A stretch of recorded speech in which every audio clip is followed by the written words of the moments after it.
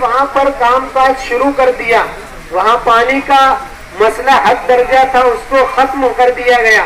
وہاں گٹر کا مسئلہ تھا, الحمدللہ محترمہ شان ہند صاحبہ کی کوششوں سے وہاں بھی مسئلہ حل ہوا. اسی طریقے سے عیدگاہ گراؤنڈ پر ہمارے اس علاقے سے نوجوان کرکٹ کھیلنے کے لیے جایا کرتے تھے.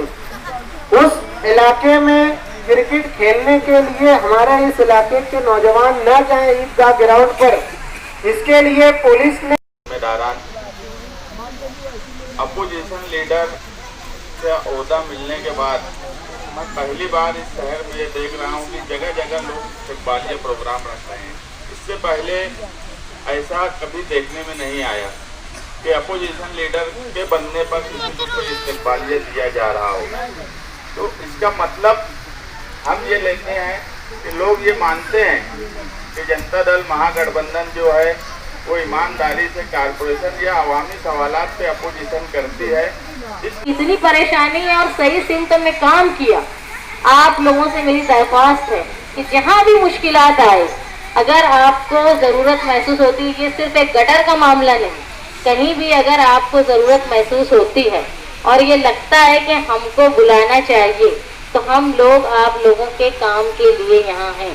آپ ہم کو بلائیں, ہم پوری کوشش کریں گے کہ حکومت کو, مالیگاؤں کارپوریشن کو آپ کے مسائل سامنے آپ کے رکھے جائیں اور اس کا کسی نہ کسی طرح حل نکالا جائے.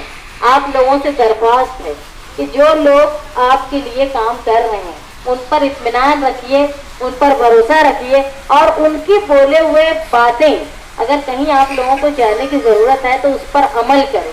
اگر آپ کوشش کریں گے تو جلد سے جلد کوئی نہ کوئی اچھا راستہ آپ لوگوں کے لیے نکل جائے گا. اور یہ دور ایسا ہے کہ ہم کو خود کوشش کرنی ہوتی ہے. ایسے بیٹھ کے ہم بولیں گے کہ وہ چلے جائیں, یہ چلے جائیں, اب وہ وقت نہیں بچا. اب اپنا حق ہم کو چھیننا پڑے گا اور جا کے ہم کو بتائیں کہ ہم ٹیکس بھرتے ہیں, ہم نل پٹی بھرتے ہیں, ہم گھر پٹی بھرتے ہیں, ہمارے یہاں کی صفائی کیوں نہیں ہوتی. ان کو جا کر تم مالک ہو, کارپوریشن تمہاری مالک نہیں ہے, تم کارپوریشن کے مالک ہو. عوام کے ذریعے چلتی ہے کارپوریشن. کوئی ممبر یا کوئی میئر اپنے گھر کا پیسہ نہیں لگاتا ہے.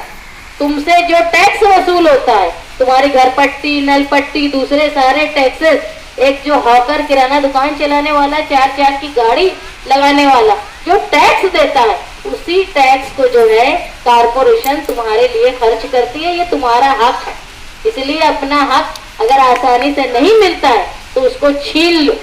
اور یہ بتا دو کہ جہاں جہاں ہمارے ساتھ ناانصافی ہوگی ہم وہاں ڈٹ کر کھڑے رہیں گے.